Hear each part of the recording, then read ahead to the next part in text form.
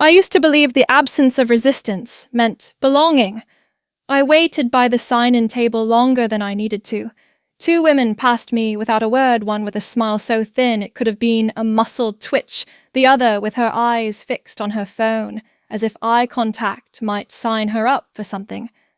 I leaned slightly over the clipboard, scanning for my name. It wasn't there. The laminated sign next to it said "Welcome Families" in multicolored font.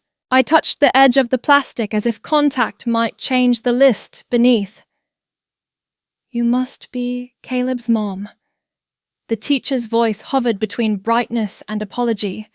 She hugged the clipboard like a shield. We only had one primary contact listed. Your husband mentioned he'd be attending in your place. I took the visitor sticker she offered and wrote my name small and even. Megan Carter. It looked strange, like I was borrowing it from someone else. Inside the room, folding chairs formed a careful semicircle. I chose one near the back, placing my sticker on the left side of my chest. When they scanned it, the QR reader didn't beep. The woman holding the device tilted her head, smiled faintly, and moved on. Jason wasn't there. He rarely was, but somehow his name managed to arrive before me on permission slips in digital rosters and half-familiar nods. The PTA chair welcomed us all, mentioned bake sale numbers, district policy changes. I followed the agenda with my eyes. Jason Carter. Jason Carter. Jason Carter. No second name. No shared hyphen. Just one line typed 3 times. No one said my name. I kept my hands folded in my lap. The woman next to me smelled faintly of fabric softener and had a planner filled with ballpoint scribbles. October already claimed by color-coded ink. Soccer games, dental checkups, Thanksgiving pies.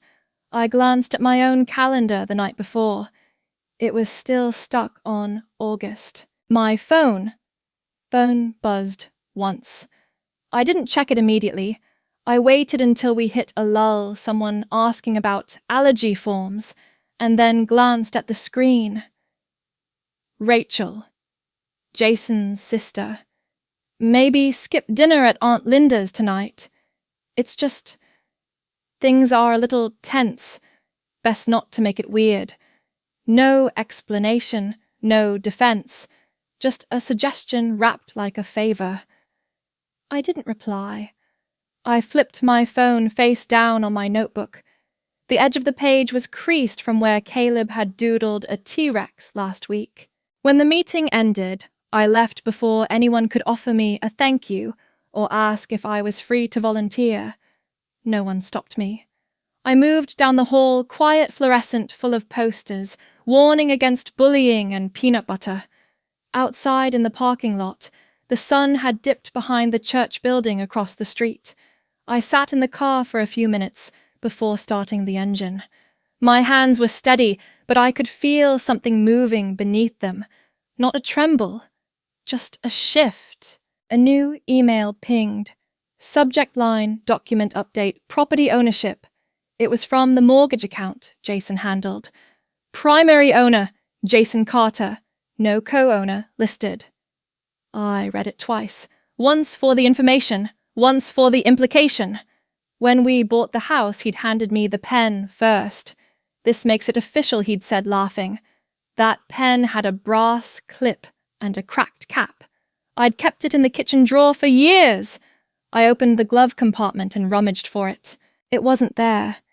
In the rear-view mirror, I caught my own eyes. I looked tired, but not from lack of sleep. The kind of tired that settles in the corners of things. I hadn't worn makeup. I hadn't planned to say much. I pressed a thumbnail into the soft seam of the steering wheel. The leather had begun to peel. Back when we first got this car, I used to vacuum the seats weekly. Caleb had spilled orange juice once and cried, and I told him things could be cleaned, that it wasn't the end of anything. Now the cup holders were sticky, and I didn't mind. My phone buzzed again. Another message from Rachel Hope, you understand. It's not personal. It always is. The air in the car was too still. I rolled down the window halfway. Somewhere a bird called once and went silent. I didn't cry, not because it wasn't worth crying for, but because the emotion didn't have a name I could hold. I scrolled back to the top of the email, tapped the document open one last time. Jason Carter. Only Jason Carter. It had been so easy to be erased. Just a few keystrokes, a line edited, a new default set. No announcement, no confrontation, just a slow removal. The part that stayed with me wasn't the absence of my name. It was how quietly it disappeared. I closed the email, tucked the phone into my coat pocket. I could have called him. I could have driven to Aunt Linda's and walked in late. I could have replied to Rachel with something sharp or sarcastic or cutting. Instead, I sat in the driver's seat, one hand on the wheel, the other resting on my knee. And I chose not to reply. I used to think that if I folded myself small enough, they might let me stay. The first time I sat through a school board meeting, I didn't speak. I had written the email. I had printed the forms. I had gathered the signatures in the right order and clipped them neatly at the corner. Jason read them aloud like he'd typed every word. He had a steadier voice. People looked up when he talked. I stayed next to him, nodding where appropriate. Later, when I mentioned one of the policy points had already been updated on the website, he blinked slowly and said, "You're always so detail-oriented. That's a good support skill. At Thanksgiving 2 years ago, I brought a pie with a braided crust. Not store-bought, not fancy, just mine." His mother barely looked at it before sliding it to the side. "You're very modern, Megan. Around here, we keep to what works." It stayed untouched until dessert was over, then tossed, still wrapped. At Caleb's 5th birthday, Rachel handed me a list of themes that work well with kids this age. She had already ordered the decorations. Jason told me not to overthink it. I watched from behind the balloon arch as Caleb scanned the yard for someone, then settled on me with a look I didn't know how to name. He blew out the candles next to Rachel. She clapped and kissed the top of his head. I held the camera. That night, Caleb drew a picture of the party. The stick figure holding the cake wore a red dress. I hadn't worn red. Rachel had. I never corrected him. There was a cardigan I used to wear to their family gatherings. Ivory knit small mother-of-pearl buttons frayed at the cuffs. It smelled faintly of cinnamon and dryer sheets. One night after a dinner where I'd tried to make conversation with Jason's uncle about the school bond bill, Jason touched my elbow in the car and murmured, "That sweater makes you look tired. Maybe try something brighter." I folded it the next day and placed it in the back of the drawer. Still there beneath scarves, no one touches. The phone used to buzz with group messages, plans, reminders, photos. One afternoon I noticed the name of the thread had changed. Carter, circle. My number wasn't in it anymore. When I asked Jason, he shrugged. "Oh, must have made a new one by accident." I kept my voice level. "You could add me again." He nodded, but he never did. There was a year I kept track of meals I made, forms I filed, dentist appointments I scheduled. I thought if I gathered enough proof of presence, it would translate into a seat that no one could move. But they don't record the weight of absence in pounds, just in silence. Once, when Caleb was sick and I stayed up all night swapping cold cloths, Rachel dropped by the next morning and said, "Good thing Jason's around. Caleb's always calmer when he's nearby." I was too tired to reply, or maybe just practiced. Jason used to end arguments with, "I don't get why this matters so much to you." Like the intensity of wanting to belong was its own evidence of wrongness. So I softened. I agreed when I could. I deferred when I couldn't. When his mother forgot my birthday 3 years in a row, I brought flowers to hers anyway. When Rachel thanked Jason for a hand-knit scarf I had made for Caleb, I smiled. He looked confused, then laughed. I had no idea you could do that. Did you just pick it up? The needles had been in our closet since the year we moved in. One Christmas, Jason's dad gave everyone personalized mugs. Jason's said, "The Rock." Rachel's said, "Our Anchor." Mine was plain white, no name, no message. Jason noticed. He handed me a Sharpie and said, "You could write something on it. Make it yours." I kept it blank. It still sits in the cabinet behind the ones with names. There were Sunday mornings when I tried to wear the dress his mother liked, the one she called tasteful. She once patted my arm and said, "You're starting to look like one of us." She meant it kindly, and I took it like a prize. I used to think that belonging was a matter of patience, that if I waited quietly enough, they'd remember to turn around and reach back. But there comes a point when waiting stops looking like loyalty and starts resembling absence. I set the table every night. 3 plates, forks on the left, napkins folded in half, not quarters. No one ever noticed, but I did it anyway. There's a small chip in the rim of my plate. I always turned it to face away from me. Jason used to rotate his to match mine. He stopped sometime last year. I used to think that was just fatigue, but now I think it was a kind of learning. Not mine. Theirs. The realization that I wouldn't push back, wouldn't demand. I had made it too easy to be ignored. But I had tried, in 1,000 quiet ways that left no evidence, and I won't name them aloud. I won't offer them as defense. I won't ask for credit.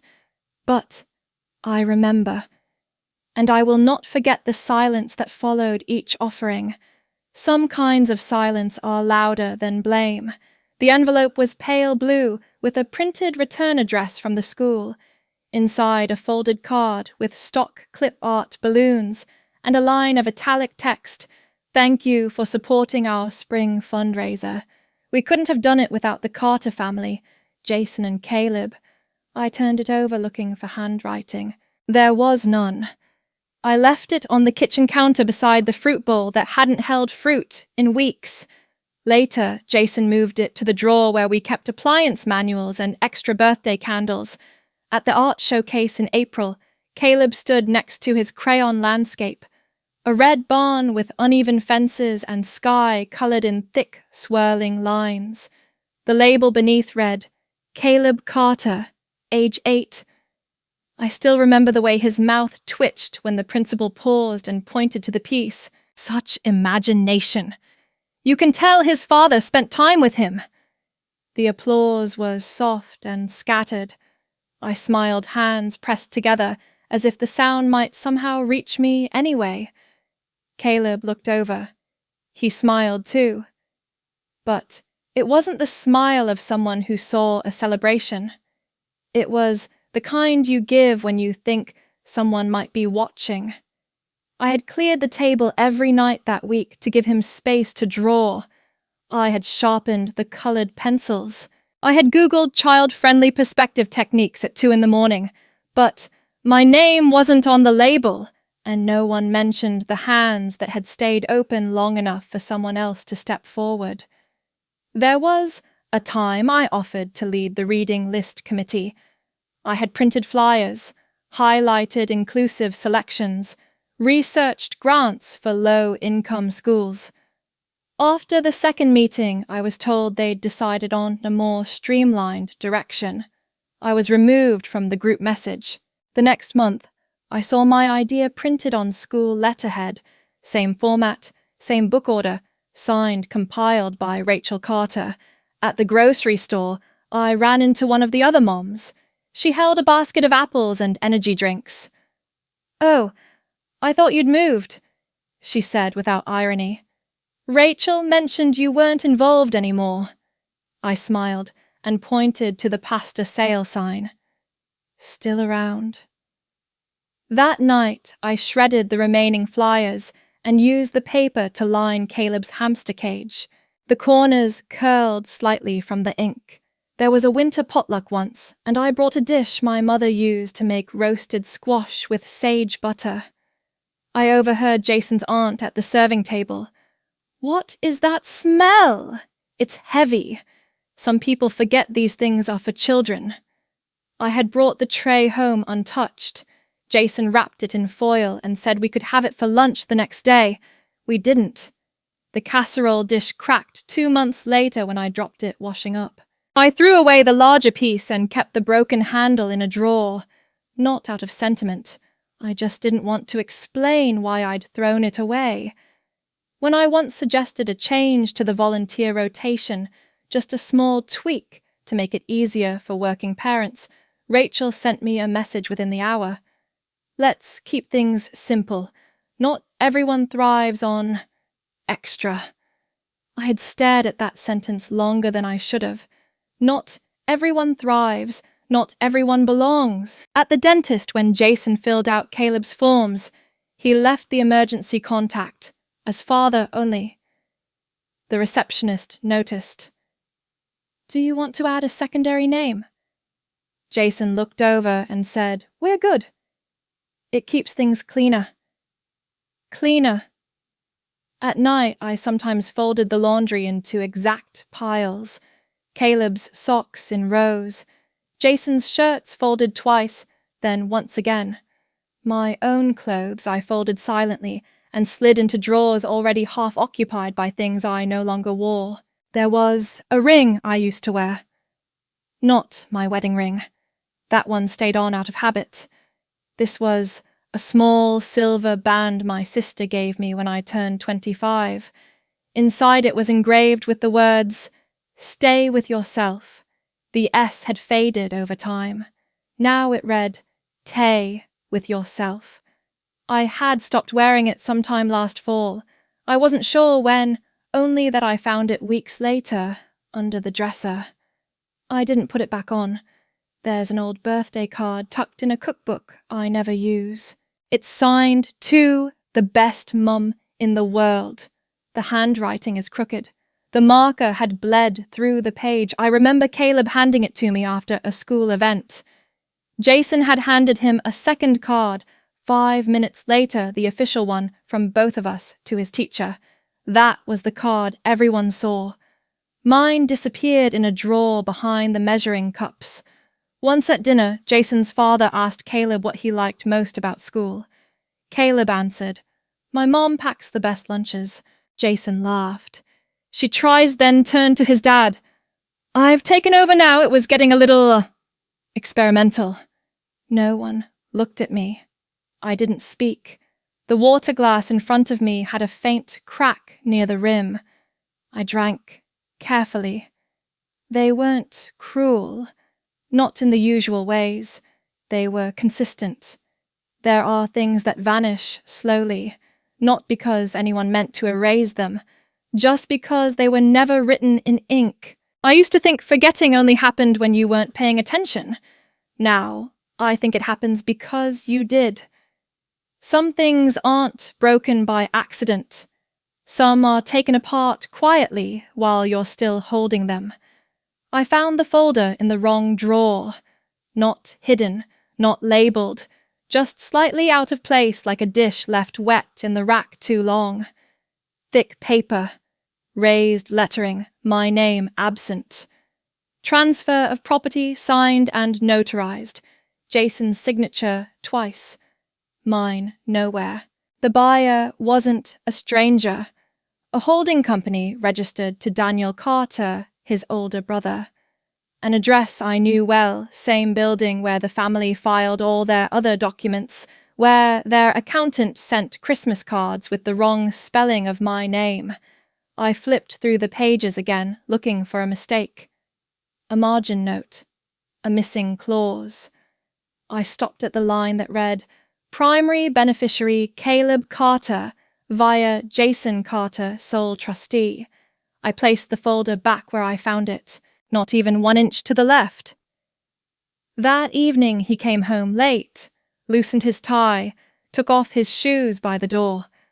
I waited until he poured a glass of water. There's a file in the kitchen drawer.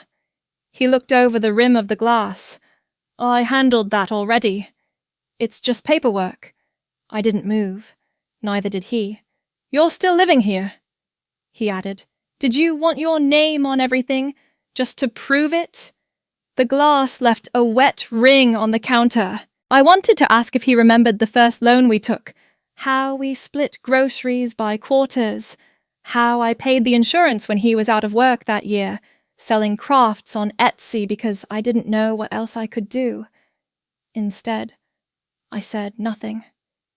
A week later, we sat in a meeting with the attorney. Oak table, leather chairs. Everything smelled of polish and years. Jason mentioned the transfer again, gesturing loosely. It's for Caleb's future. The house will stay in the family. Through me, obviously. I looked down at the legal pad in front of me. A corner of it was torn. Someone had tried to rip a page and failed cleanly.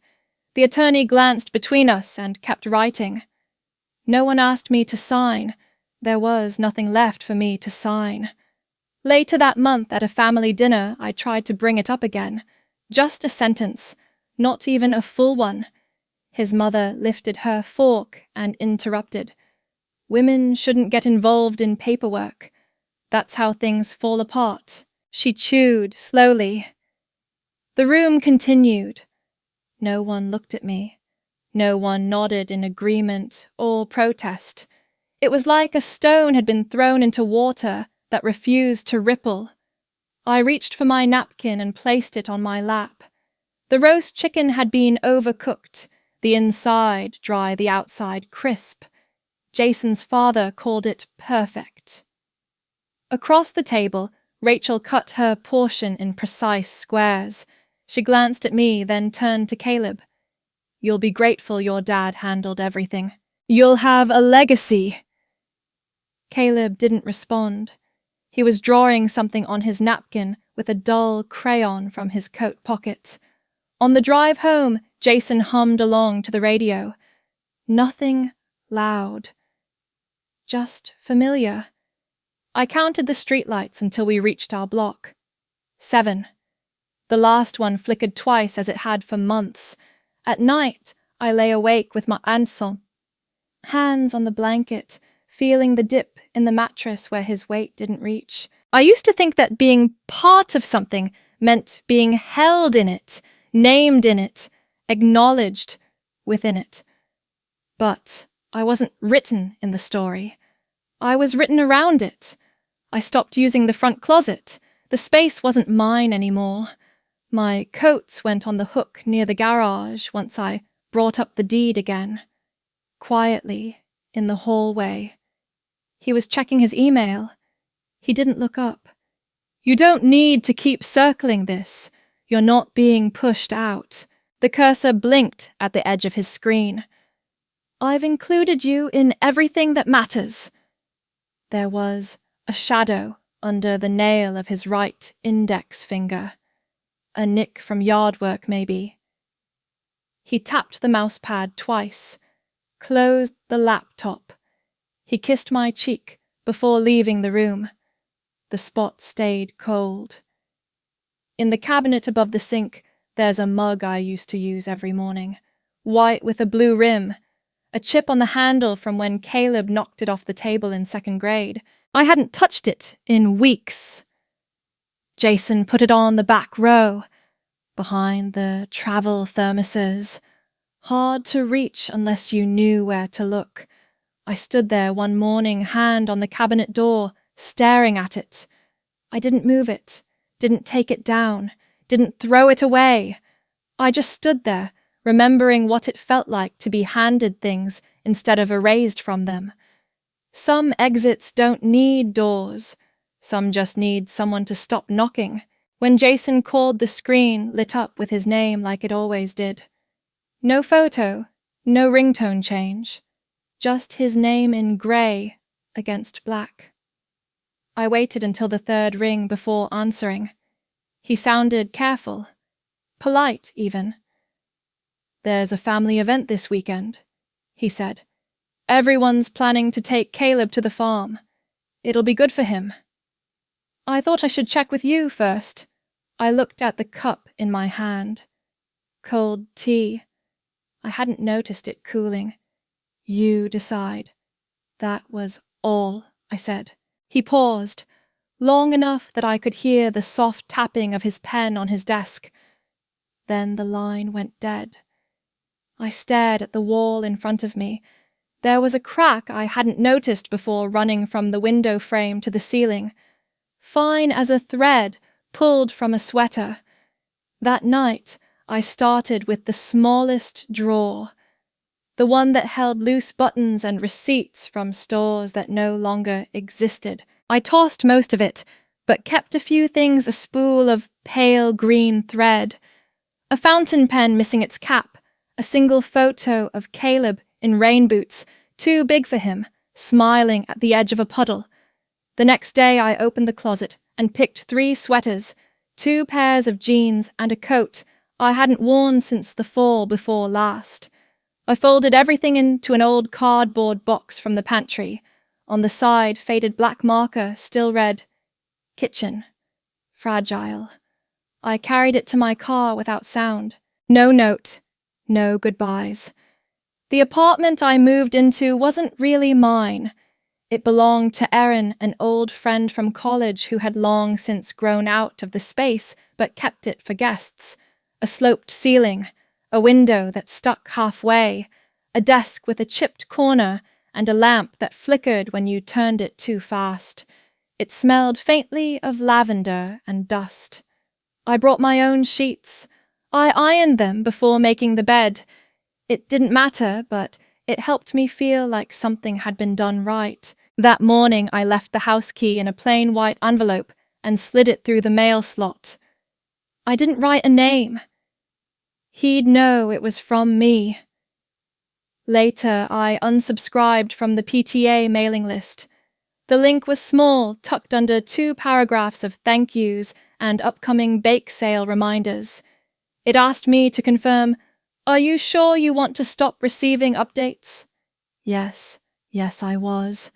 I changed my emergency contact to my sister. She didn't ask questions, just nodded, and wrote her number clearly on the form. I stood beside her, watching the blue ink dry in uneven strokes. The receptionist typed it into the system without looking up. That afternoon, I packed Caleb's overnight bag. I labeled everything shirts, books, even the small flashlight he liked to keep under his pillow. I didn't include a note. Jason arrived exactly on time. He rang the bell, didn't come inside. Caleb hugged me hard, but didn't ask why the hallway looked different. I told him to have fun. He waved from the car window. I went back upstairs and sat at the edge of the bed. The mattress was firm, unfamiliar. I didn't unpack right away. Instead, I placed the box in the corner and laid my coat over the back of a chair. That night, I heard a message come through on my phone. "Rachel, we heard about your move. I hope you're not dragging Caleb into this." No greeting, no question. Just a sentence that felt like a warning disguised as concern. I didn't answer. The next morning, I donated 3 bags of clothes to the church thrift store. Things that no longer fit or no longer felt like mine.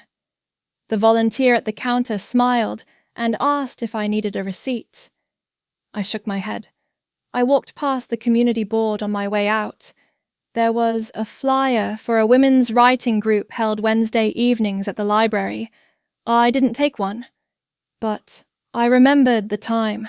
Jason's mother left a voicemail 2 days later. Her voice was clipped, practiced. "I'm sorry it's come to this. You're always welcome at holidays, of course, as long as it stays respectful. I hope you're not making a scene out of something private." I let the voicemail sit in my inbox for 3 days before deleting it. I didn't replay it. I didn't save it, either. I removed my name from the school pickup list, left a short email to the front office, no explanation, just a factual update. They responded with a template reply, "Thank you for keeping us informed." The first weekend alone, I went to the farmer's market and bought myself 3 pears. I ate one on a bench outside the library, holding it with both hands so the juice wouldn't run. I didn't look at my phone. I didn't tell anyone where I was. Later, back at the apartment, I found the chipped yellow mug in the cupboard. Someone had drawn a faint star on the bottom in black ink. I turned it over in my hands. The star was still there. I filled it with water, sat by the window, listened to the soft hum of someone else's life behind the wall, and for the first time in months, I didn't need to explain where I had gone. I simply wasn't there anymore. I didn't expect the quiet to have texture. It pressed in differently than silence I had known before. Not heavy, not sharp, more like a hollowed-out space that didn't echo anymore. The room had slant-tattered ceilings and a window that stuck halfway. A draft slid in under the sill at night, just enough to make me pull the blanket higher. I hadn't unpacked everything. A cardboard box sat at the foot of the bed, still sealed with painter's tape. I'd written books plus random on the side, then crossed it out. Each morning I poured coffee into a chipped ceramic mug, pale grey with a hairline crack near the base, barely visible unless the light hit it right. It was the only one I brought with me. I didn't stir in sugar anymore. Not because I'd stopped liking it, but because the spoon drawer here stuck, and I hadn't bothered to fix it. Some mornings a cat showed up on the windowsill, thin, mottled with one ear clipped. It never meowed, just stared and chid like it had been here before. I once opened the window a little farther. It didn't move. I left a piece of bread once torn from a crust I wasn't going to finish. It didn't eat it, but it stayed longer. The street below had no familiar rhythm. No school buses at 7:15. No dog walkers in matching windbreakers. Just the occasional sound of a delivery truck or a child's voice 2 floors down. I didn't answer emails. I didn't check the group calendar Jason once shared with me full of blocks of color-coded obligations. I didn't call my mother. She hadn't called either. There was a notebook in the drawer of the small desk, lined pages still crisp. I opened it one afternoon and began to write. Not a list, not a letter, just small sentences stacked like stones. The light here is softer. I don't hear my name anymore. I miss Caleb's crooked smile, but not the way I used to be when he looked at me. I wrote for 10 minutes, maybe 15. I didn't reread anything. I closed the book and placed it under the lamp. That night, I opened a browser tab and logged into the blog I had abandoned 3 years earlier. No new comments, no new views, just a blank page waiting. The title came last, After and Still. I typed 1 paragraph. About the mug, about the window, about how something cracked didn't need to be thrown away. I hit publish. No one read it. That felt right. I ran into Erin in the hallway once as she carried up groceries. She offered to leave a set of towels in the dryer for me. It's nice, isn't it? Breathing your own air again. She didn't ask anything else. On the 3rd night, Jason sent a text. No greeting, no question. Let me know if Caleb needs anything while he's with you. I'll be out of town this weekend. I stared at the message. My thumb hovered over the keyboard, then tapped the screen once noted. I deleted the conversation before sending it. There was no more need for records. At the market on Saturday, I bought 2 lemons, a loaf of bread, and a candle shaped like a pine cone. I didn't need it, but I liked how small it was. When I paid in cash, the woman behind the counter said, "This one's a favorite, burns slow." I nodded, took it home and set it by the window. The cat didn't come that day. I swept the floor with a borrowed broom. The bristles were worn unevenly. It left streaks of dust along the edges of the room. I didn't fix it. I swept slower. I started to read again. Old books with underlined passages from a decade ago. I couldn't remember why I'd marked them the first time. I underlined new ones now. In one of them, a line stayed with me. You don't heal by returning to the place that broke you. You heal by building where no one thinks to look. I didn't highlight it. I just closed the book and let it live in the back of my mind. There was a photo of Caleb I kept in the top drawer, one from the fall field trip, him holding a paper bag full of leaves. He was looking off to the side, not smiling, just watching something I couldn't see. I didn't frame it. I didn't prop it up. I just kept it close. A voicemail came from Jason's aunt. The message was clipped but polite. We don't want to pick sides, Megan, but this thing with the house, maybe it's best if you move on for everyone's sake. I didn't replay it. I didn't delete it, either. I let it sit there like dust in a place no one would clean. Some nights I woke up and didn't know where I was. The ceiling angled the wrong way. The air felt still, but the feeling passed faster each time. I still folded Caleb's laundry when he stayed. Still put his socks in pairs the way he liked. Still warmed the milk before bed. I didn't talk about the other house. I didn't mention the boxes I never unpacked. He didn't ask. He once pointed to the crooked picture hook on the wall. Why don't you hang something there? I looked at the hook. Tilted. Slightly rusted. Not everything has to be filled. He shrugged and went back to his book. That night, I watched the candle burn down to the last ridge of wax. It flickered once, then held steady. And I let it. I didn't move. Some people only remember you when your absence becomes inconvenient. The first call came on a Tuesday morning. I let it go to voicemail. The tone was clipped, overly composed, like someone reading from a script they'd only half agreed with. We need to show unity. The school's been asking about why your name isn't on Caleb's profile anymore. It's making things awkward. Appearances matter, Megan. For Caleb. For all of us. She didn't say my name until the end. Not until she'd made it clear I was a disruption to the image, not a part of it. I didn't return the call. I listened to it once and then let it sit there where other messages had begun to gather like dust in the corners of things I no longer cleaned. The next came from Rachel.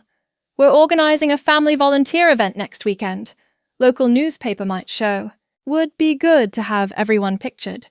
Consistency helps people stay supportive. You know. I stared at the message longer than I should have. Not because I didn't understand what she meant, but because I understood it too clearly. She didn't ask if I was okay. She didn't ask if Caleb had settled into the split schedule. She didn't ask what I needed. She asked for a presence, not a person. I archived the message without responding. Jason's came later, the shortest of them all. Caleb's asking about you.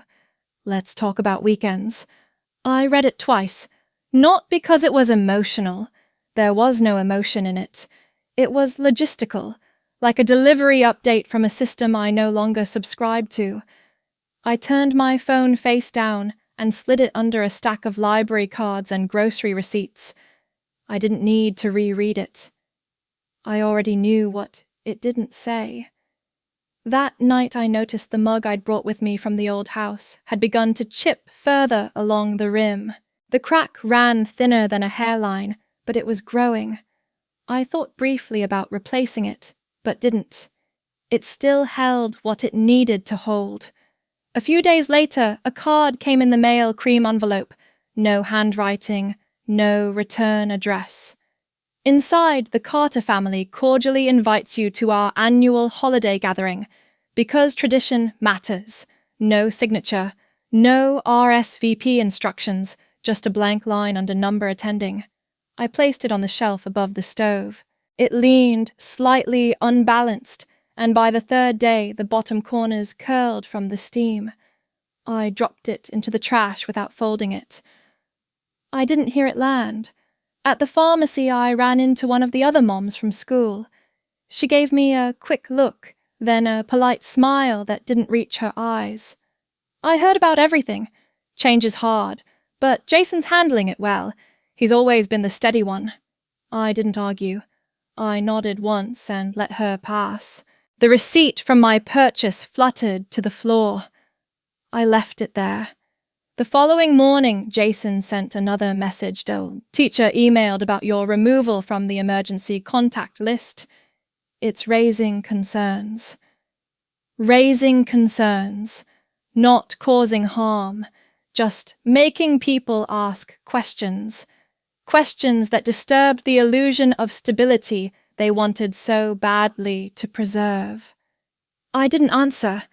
Instead, I opened my journal and wrote, "They don't miss me. They miss the function I used to serve." At the library, I signed up to volunteer for the Saturday reading hour. The woman behind the desk glanced at my form and smiled.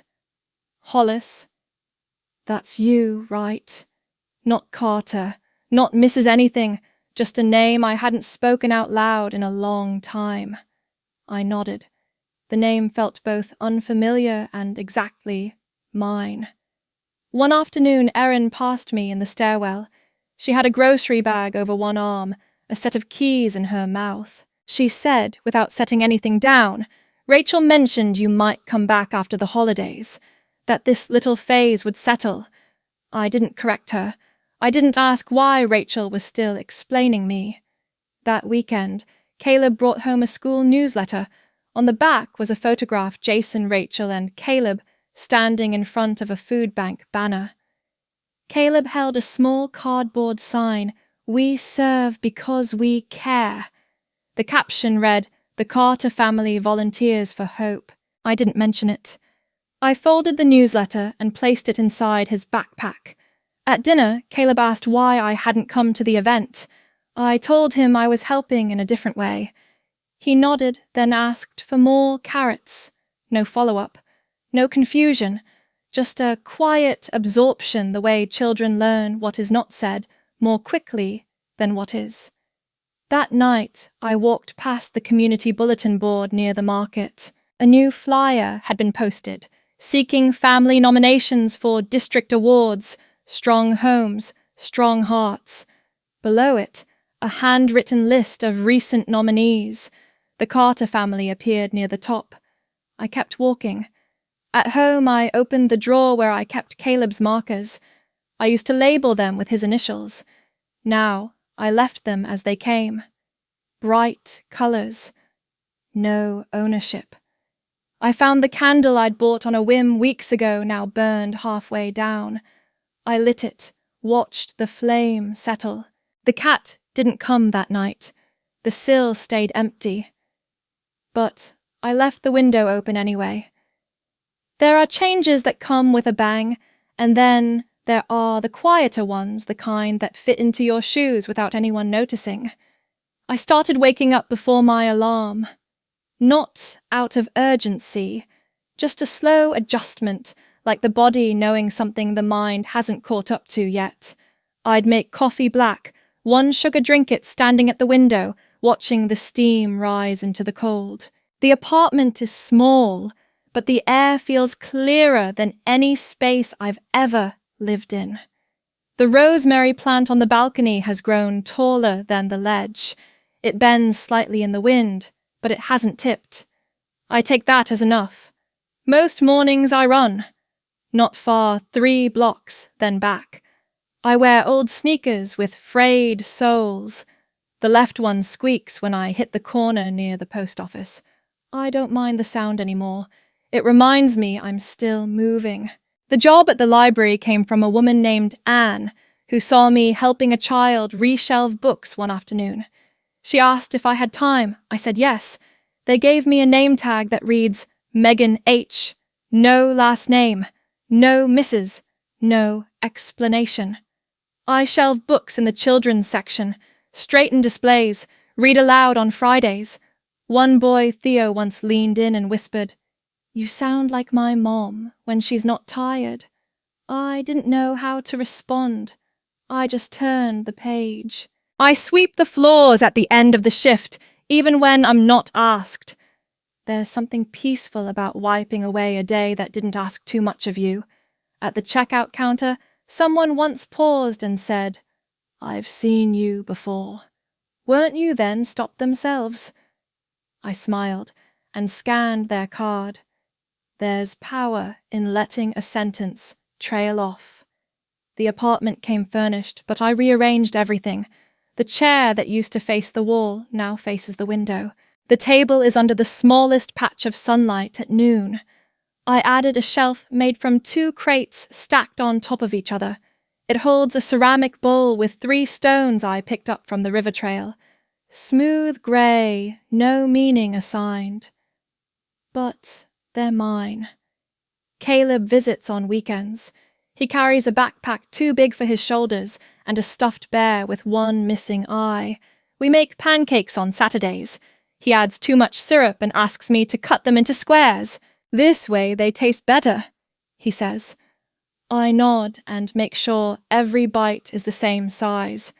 He brings stories from school, bits of conversations I wouldn't hear otherwise. One night, while brushing his teeth, he turned to me and asked, "Are you still my mom if I sleep in 2 houses?" I handed him the towel. You don't become less mine just because the rooms change. He didn't say anything after that. He just wrapped the towel around his shoulders like a cape and walked back to bed. I kept the picture he drew stick figures on a balcony with a plant and the sun. My head is too big and my arms look like noodles. It's taped to the fridge with a magnet shaped like a donut. I never liked donuts, but I keep it there anyway. The school invited me to a parent meeting, a formal email with my name spelled correctly this time. They said my presence was welcome again, that they'd reassessed the situation. No apology, just repositioning. I wrote back, "I'm grateful for the invitation. I only join circles that see me when I'm seated, not just when I'm missing." They didn't reply. Erin stopped by with extra kale from the farmer's market.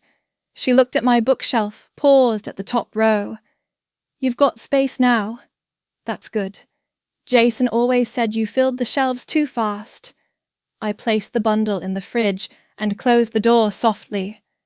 Caleb's father sent a new schedule proposal last week. It was color-coded, efficient, neutral in tone. He added a note at the bottom, "I hope this arrangement works for everyone." I read it twice, then forwarded it to my lawyer. I didn't respond directly. I no longer negotiate over messages that can be copied and pasted. There's a yellow sweater I started wearing again. It used to be too bright, too soft. Jason once told me it looked a little much for someone my age. Now it fits. Not just my body, my shape. A man at the farmer's market complimented it. "You look like you know what season you're in."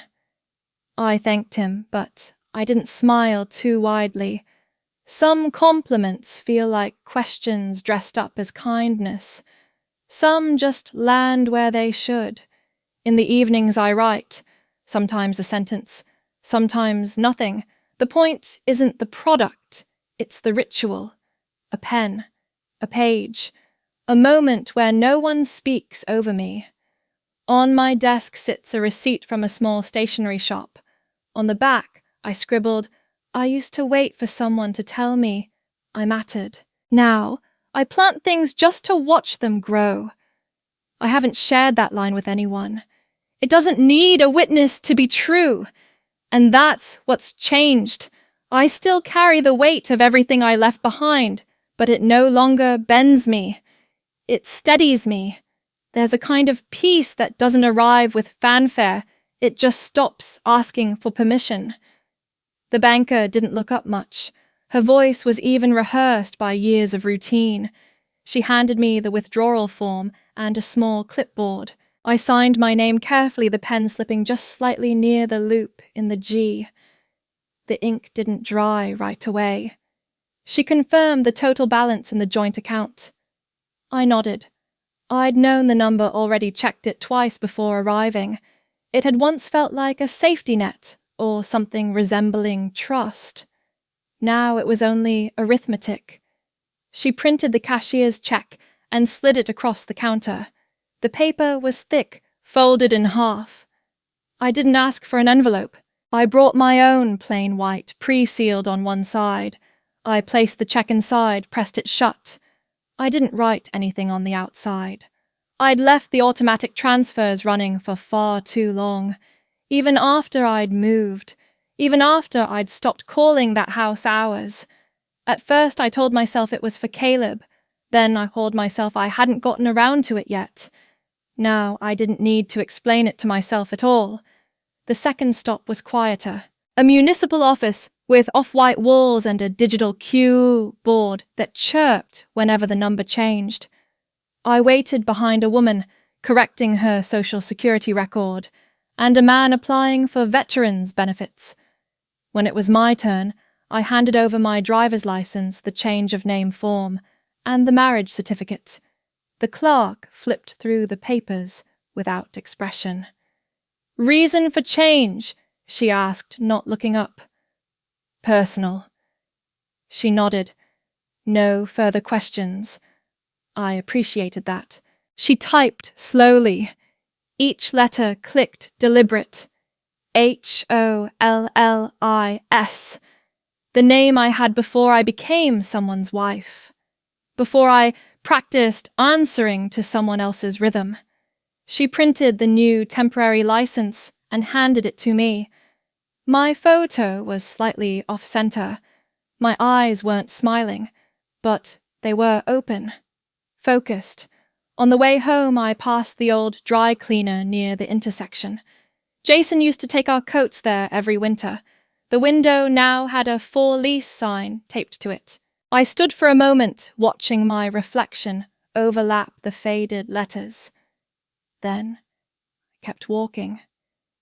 Back at the apartment, I opened the drawer, labeled Shared Documents. It had always been a mess, overlapping insurance cards, tax filings, Caleb's immunization records, and 3 copies of our mortgage agreement. I took out the family registry, stared at it a moment, and made a copy at the corner print shop. I placed the original in a manila envelope and sealed it. Then I clipped a note to the front. "You don't have to keep this for appearances. It no longer represents what's true."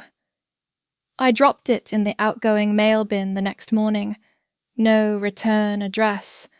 That afternoon I pulled out a letter I'd written months earlier.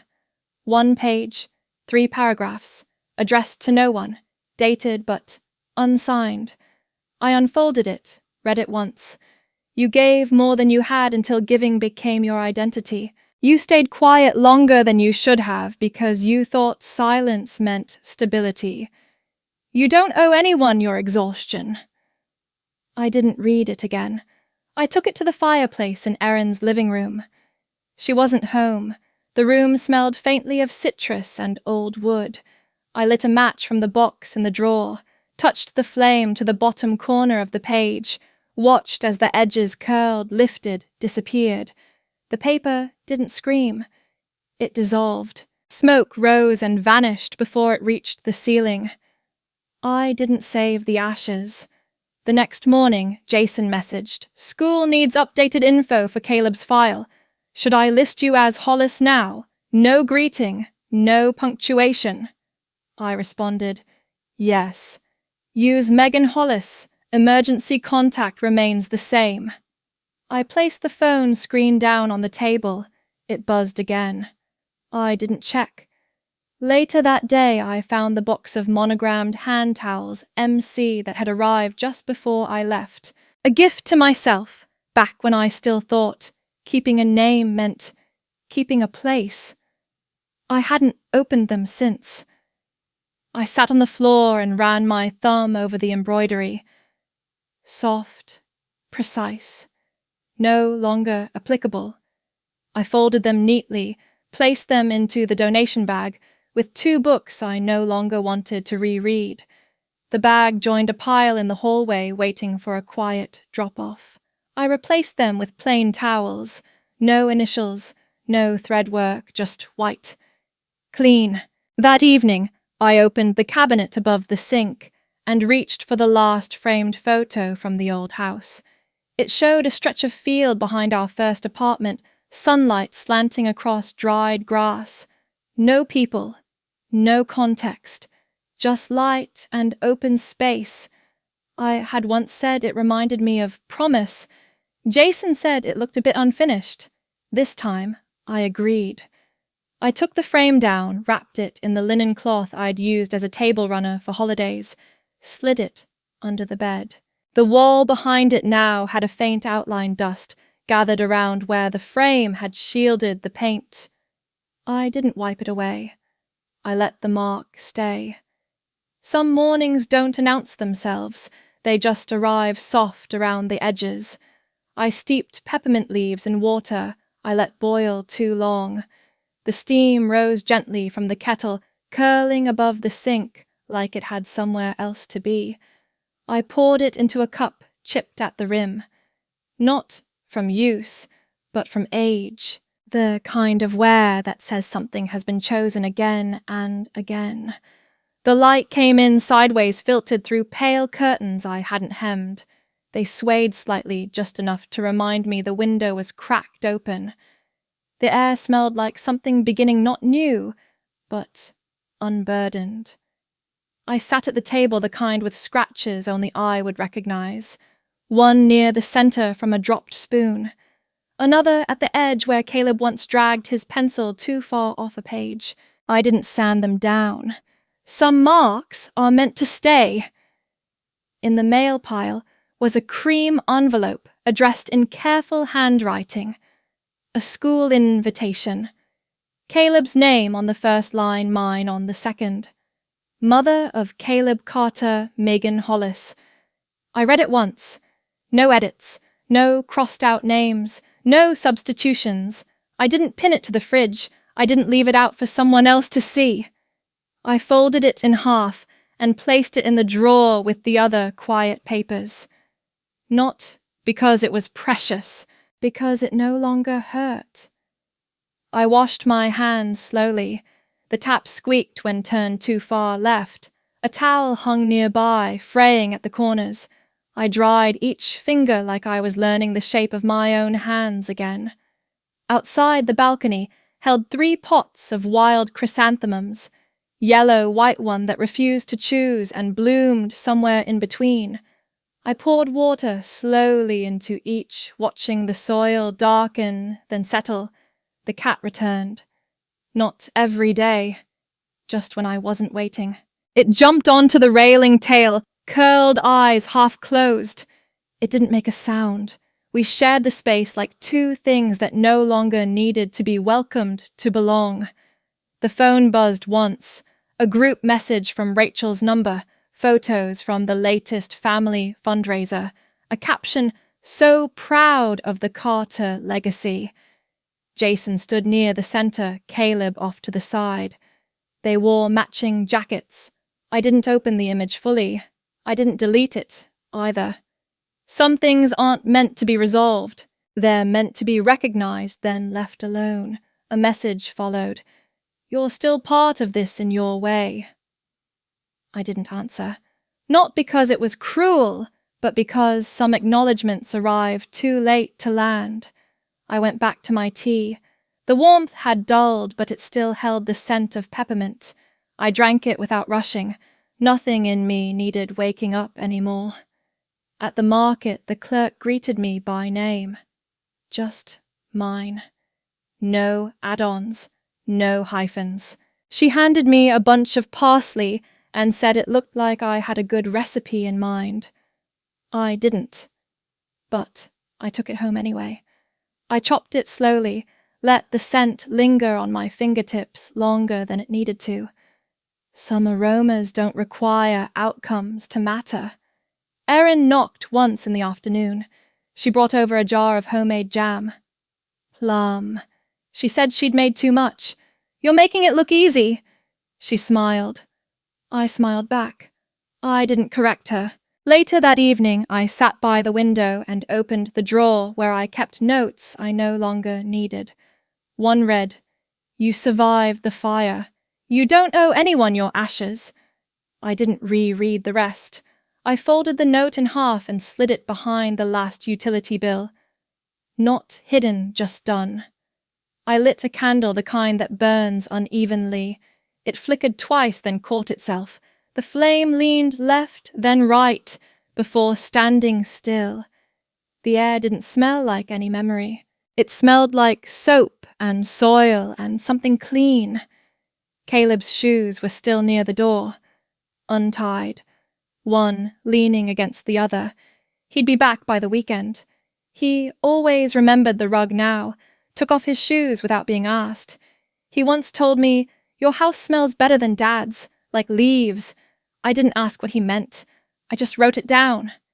Before bed, I folded the blanket back into its usual crease, straightened the pillow, not for order, but because some gestures feel better when they're deliberate. I didn't check the calendar. I knew what tomorrow held, and if it didn't hold what I expected, I'd still be there to meet it. I stood on the balcony one last time before sleep. The night had no wind. The chrysanthemums bent slightly under their own weight. The cat had gone, but its shape lingered in the dust near the edge. I didn't call out. I didn't close the window. I don't know who remembers that I ever left. I don't need them to. I didn't disappear. I just began quietly without explanation.